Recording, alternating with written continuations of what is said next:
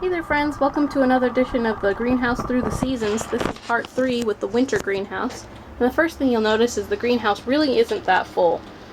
Here in the winter, some of the the warm weather crops that I had in here basically were done. They're very sensitive to, photoperiod, and so when the sun starts getting really low in the sky and everything, they just stop growing. And so I basically just use up what they've grown so far and I get rid of it because as much as I would like to keep it going all year, all through the winter, I need the space to be able to start seeds anyway. So it's best just to use them for what they, what they have, and then kind of get the space back, and get rid of it all. So, yep, that's the first thing. It's definitely less full than the winter greenhouse and everything. But there are 4 things that I like to do with my greenhouse during the winter. And the first thing is I like to overwinter plants that would be too tender to grow outside. I mean, I don't know if you could see these, but these are my Gurney's citrus trees and things, my lemon, my orange, and my lime. I have a couple of fig trees and a banana, some avocado trees, etc. Things that I would never be able to grow outside here in Zone 5. They're much too tender for that. If I left them outside, I don't know if you could see this through the greenhouse walls, there's lots of white out there. That's all snow. So yeah, I would never be able to grow that stuff outside. It's much too cold here for stuff like that. And I'm really glad that there's a place like this that I have to be able to grow things that I would never normally get to grow. My house is a little bit on the smaller side, and so I wouldn't be able to have these kinds of things around. I just don't have room for it. So having a place like this greenhouse where I can set these tender plants is a really good thing, and it enables me to be able to grow things I would never be able to normally grow. So yeah, that's the first thing I like about my winter greenhouse. The second thing I use it for is for starting seedlings, obviously. Here in the winter, we can actually start the cold hardy seedlings fairly early. I've planted all of these 2 trays I planted 3 weeks ago, excuse me, and the other 2 trays I planted 2 weeks ago, so they're much smaller, as you can see.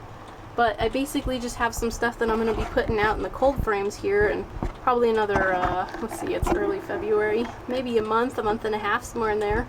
I guess we'll just have to see what the weather looks like at that point. But this is all Swiss chard. This has some more Swiss chard. I don't know if you can see the sticks and what I have written on them, but I'll just go ahead and read it. The Swiss chard, blue kale, some collard greens, Brussels sprouts, broccoli, cauliflower, pak choy, some leeks.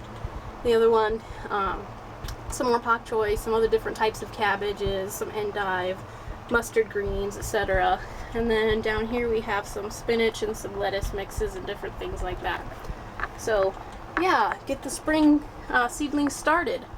This is way too early to start seedlings for the warm weather crops. They would get way too big by the time it's time to plant them out. So getting, the ability to start some of these nice little cool weather crop seedlings is really uplifting, I think. It kind of gives me this positive outlook that even though it's frozen and cold outside, spring is coming and warmer days will arrive eventually. So it gives me something fun to do, and I really enjoy that. So that's number 2, a place to start my cool weather crop seedlings. Number 3 thing that I like to do at the greenhouse is just to get some sunshine. This is a time of year when it can be really difficult for people to get the amount of sunshine that they need in order to stay healthy. And what I mean by that is, many of us are aware that we can absorb vitamin D into our skin through the sun. Well, if it's freezing outside, with the weather people, giving all these warnings on the news, it's the sub-zero temperatures, just too cold, make sure you cover any exposed skin. In these types of temperatures, you can get frostbite in 15 minutes or less, etc. There's absolutely no way you can have, your skin outside to be able to absorb the vitamin D from the sun that way. It's too cold out there. And I'm not a big fan of sunbathing necessarily, but I do know that it's healthy for us to get a fair amount of sun. Of course, there's, that too much of a good thing aspect also. So, a little is good, but definitely it's not that more is better. Some of the things that I found out in my research that, getting enough vitamin D and enough sunshine can help is a mood booster. The more sun that we get, now again, there's the too much of a good thing, but getting an adequate amount of sun can help boost the serotonin in our brains and help make us happier. So that's definitely a good thing. And it can also, getting enough vitamin D, can increase our immune system function and our disease resistance.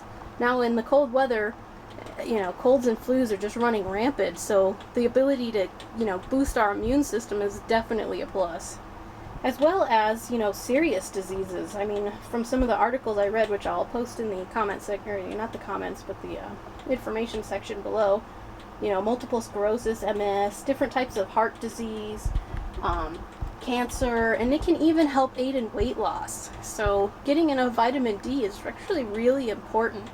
And now, of course, we can get that through our diet. If you drink enough milk, you would probably get that same effect, but trading that much water for milk would probably cause me to gain weight, whereas getting it from the sun will do the opposite. So that's why I really enjoy sitting in here and just getting enough sunshine, where it's warm enough where I can actually get some nice sun on my skin.